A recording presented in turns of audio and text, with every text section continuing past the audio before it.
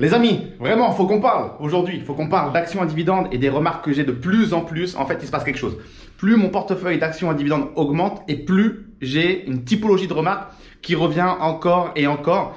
Il faut qu'on parle de ça parce que ça a tendance, entre guillemets, un petit peu à m'énerver. D'autant plus que cette remarque, pour moi, c'est du full bullshit. Donc, où on est aujourd'hui? On est en direct de Pologne. Alors la vue n'est pas incroyable, on est à Poznań, je sais pas si tu connais, je crois que c'est la 5e ville du pays et on va parler, une fois n'est pas coutume, d'actions à dividendes. Donc mon portefeuille vient d'atteindre, il y a quelques jours, au moment où je tourne cette vidéo, à peu près les 610 000 euros de valorisation et plus je montre mes résultats, parce que vous le savez, je suis extrêmement transparent sur Instagram, Twitter, sur le Telegram, etc. Je vous montre vraiment tous les chiffres, les dividendes encaissés, la valeur du portefeuille, bref, je vous en parle souvent et régulièrement.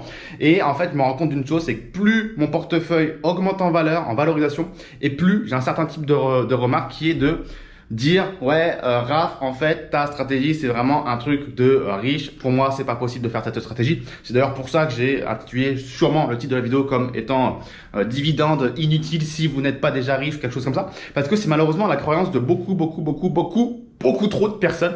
Et j'ai beau avoir fait des tas et des tas, des centaines de vidéos, j'ai beau avoir écrit un livre de 700 pages, j'ai beau avoir créé beaucoup de contenu où je démontre par A plus B que le capital que tu as à disposition n'est pas le plus important, mais que le plus important c'est bel et bien le temps. Il y a toujours, et ça arrive encore dans le futur, des gens qui viennent me voir en me disant ouais mais Raph, si j'ai pas minimum 100 000 euros, ça sert à rien. Si je suis pas déjà riche, ça sert à rien. Si je mets que 100, 200, 300, 400, 500 euros par mois, ça sert à rien. Et en fait ça m'énerve. Ça m'énerve pourquoi?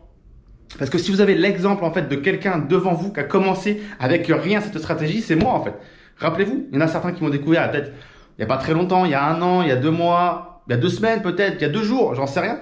Mais pour ceux qui sont là depuis plus longtemps et depuis le début, vous n'êtes pas sans savoir que moi j'ai commencé tout ce délire d'entreprendre et d'investir en 2014. J'étais encore étudiant.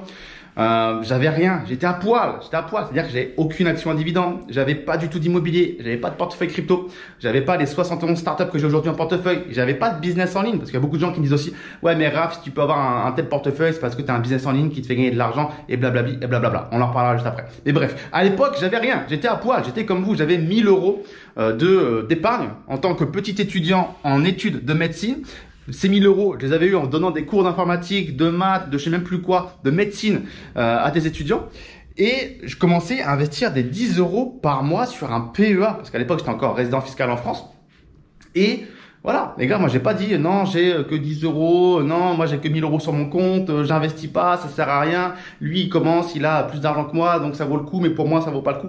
Non, en fait j'ai fait confiance à la vie, j'ai fait confiance au process et j'ai été conscient qu'encore une fois, un petit pas plus un petit pas, ça va amener beaucoup de résultats. C'est-à-dire que la vie, encore une fois, récompense les gens qui passent à l'action, pas ceux qui se cherchent des excuses. Tu vois, quand ta grand-mère elle va dans son jardin et qu'elle plante des graines, est-ce qu'elle s'attend le soir même à récolter quelque chose de ce qu'elle a planté le matin?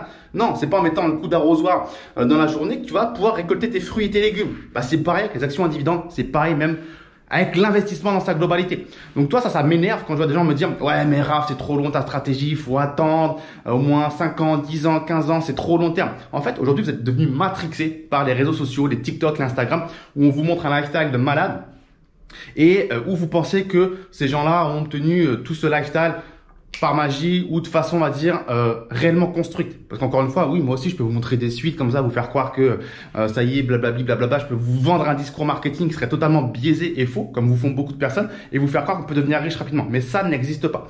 Donc encore une fois, voilà, vous avez l'exemple devant vous d'un mec qui a commencé avec rien, et au fur et à mesure des années, quand mes revenus ont augmenté, j'ai pu investir plus, j'ai réinvesti mes dividendes, j'ai fait confiance à la performance des marchés, j'ai redéposé du capital tous les mois. C'est ça aussi, c'est la discipline. C'est-à-dire qu'il n'y a pas un seul mois pendant maintenant un bon nombre d'années où j'ai pas investi. C'est-à-dire que je me suis pas dit ouais ce mois-ci non, on sait pas, peut-être que non, le marché il baisse, le marché il monte, ou il faut que je garde de l'argent pour ci ou pour ça. Non, tous les mois, peu importe ce qui se passe, qu'il fasse beau, qu'il pleuve, j'ai investi. Donc c'est ça aussi qui compte.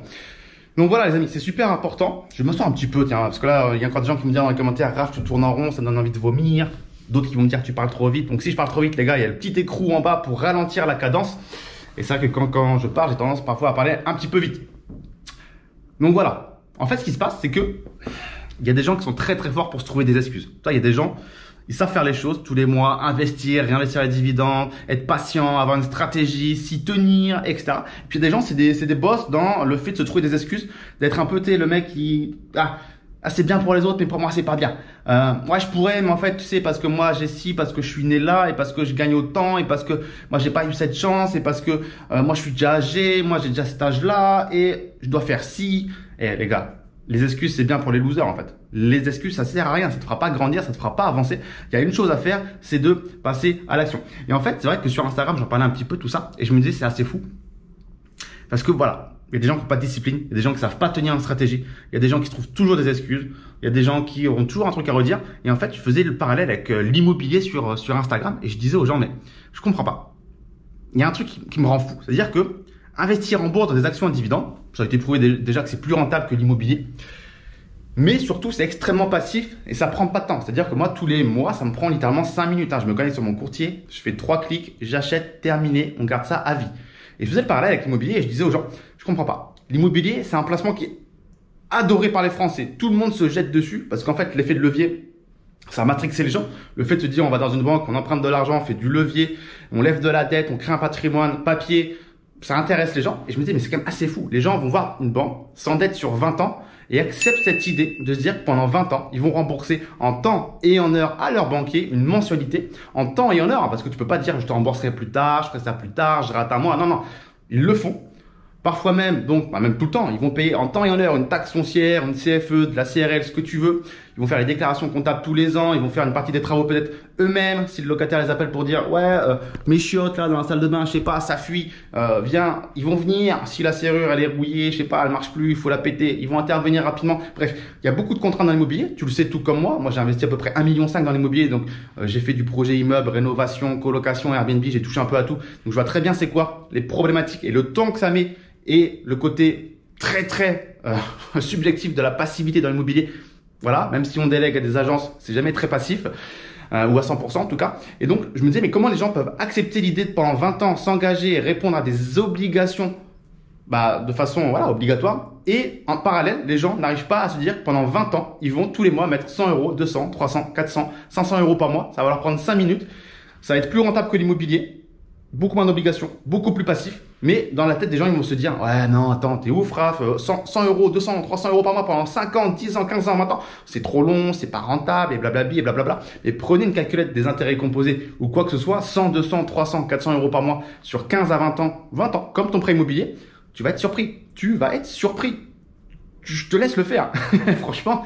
Donc moi je comprends pas. Je comprends pas comment les gens sont à ce point-là matrixés en fait par le côté immobilier. Ils adorent ça les Français, alors qu'ils se rendent pas compte que finalement, si tu enlèves l'effet de levier qui matrixe tout le monde, c'est pas si fou que ça. Alors je dis pas qu'il faut pas en faire. Hein. Si j'en ai fait, c'est pas un hasard. C'est vraiment pour moi important dans un patrimoine immobilier. Et encore que je commence à nuancer un petit peu l'importance de l'immobilier dans un patrimoine. Pour d'autres raisons, on pourra en parler dans d'autres vidéos.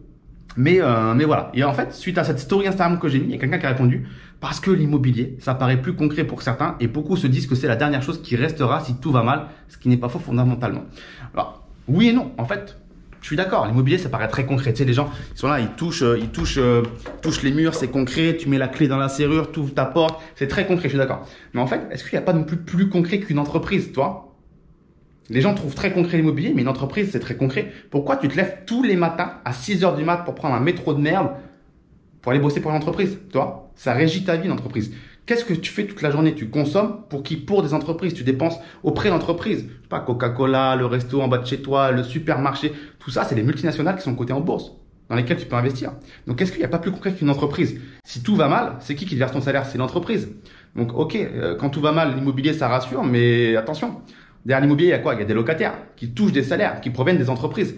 Donc non, l'immobilier, c'est pas invincible. Si tout va mal, les entreprises ne versent plus les salaires ne vont plus vers les employés ne peuvent plus payer ton loyer, donc ton loyer et ton immobilier, c'est pas invincible non plus. Donc toi, il y a encore beaucoup de croyances, et ça c'est très inculqué dans le cerveau des Français, que l'immobilier est quelque chose de très fort, invincible, etc., très palpable, mais une entreprise devrait l'être tout autant, parce que ça régit beaucoup plus ta vie, ou en tout cas de façon égale. Oui, on passe beaucoup de temps dans les biens immobiliers, partout il y a des biens immobiliers, hein. Le bureau où tu travailles, le supermarché où tu vas acheter tes produits, la maison où tu dors ou l'appartement, etc., mais l'entreprise est également extrêmement importante. Bref, on va pas développer plus longtemps ce sujet-là, je pense qu'on a fait suffisamment le tour. Les amis, s'il y a une chose à retenir de cette vidéo, c'est que arrêtez de vous mettre des bâtons dans les roues, arrêtez de vous auto-saboter. Vous faites que vous auto-saboter. Et moi, ça m'énerve quand sur Instagram, régulièrement, je reçois ce genre de message.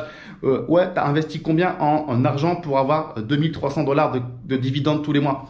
Pourquoi? C'est la première question que tu me poses en fait. Là, tu cherches une raison de te convaincre de ne pas le faire en te disant, bah ouais, ah ok, il a 610 000, ah ouais, donc moi je peux pas le faire en fait, c'est pas la bonne stratégie pour moi. En fait, tu vois le résultat encore une fois et tu vois pas tout le process. Tu vois pas le process. Ça fait 7-8 ans que j'investis en bourse mais le problème, si je te dis ça, c'est que tu vas me dire, oh, 7-8 ans, mais non, mais c'est trop long, moi je veux un truc rapide.